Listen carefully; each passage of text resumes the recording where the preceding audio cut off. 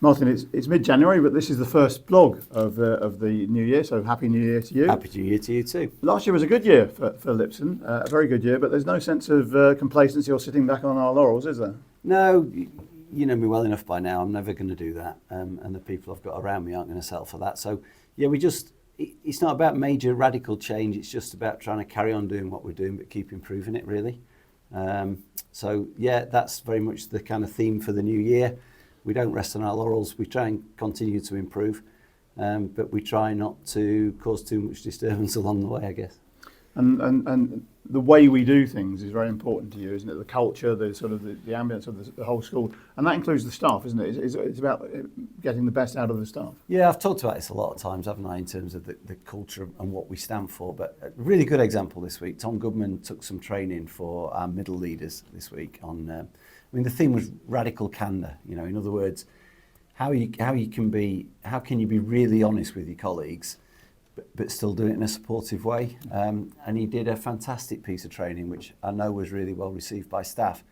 Yeah, it's important. It's at Lipson. It's not just about what we do; it's about how we do it, and the way we treat our people is pivotal to that. So, if we can train our middle leaders to be trying to do it the same way with their teams, it just means that it permeates across the school. That's the theory. Doesn't always work.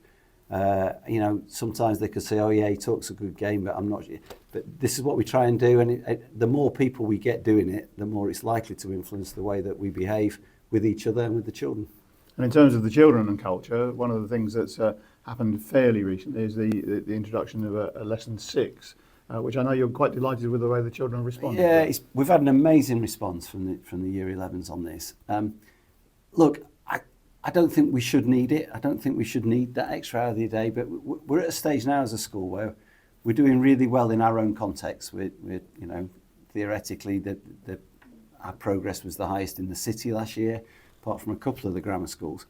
But we've also got to remember we're competing with the private sector. We're competing with the grammar schools, and some of these youngsters get an hour, 2 hours of prep every night before they even go home. So somehow we've got to try and level that playing field. And the best way, I think, is to make sure that the lessons they're getting during the days are of the best possible quality. But we're now developing a culture where our youngsters expect to be here till 4 o'clock, 4:15, 4:30. And the staff have just been fantastic in making this happen. But the difference this year, I think, is instead of dragging these kids kicking and screaming and barricading the gates so they're not allowed out, they're just coming of their own free will. They accept that it's good for them, and it's become part of their normal daily routine now, which has got to be a good thing, I think.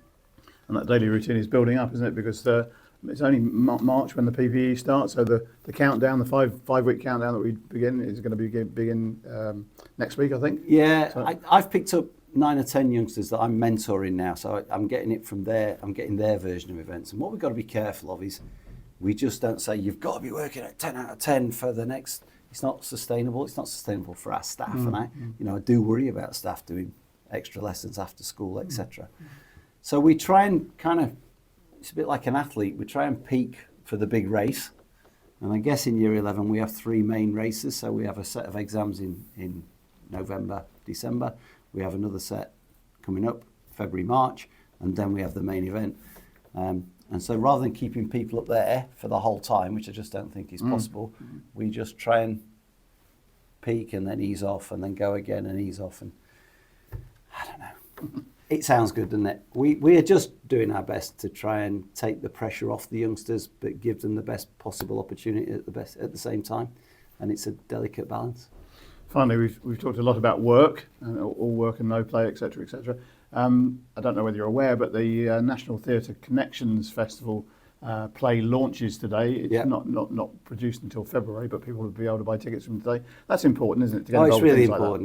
Like I am aware. I'm very aware. I'm also aware that the Les Mis rehearsals are still in full swing, even though the production's not until June, July. The arts are a pivotal part of what we do at Lipson: the music, the drama, the dance, the sport.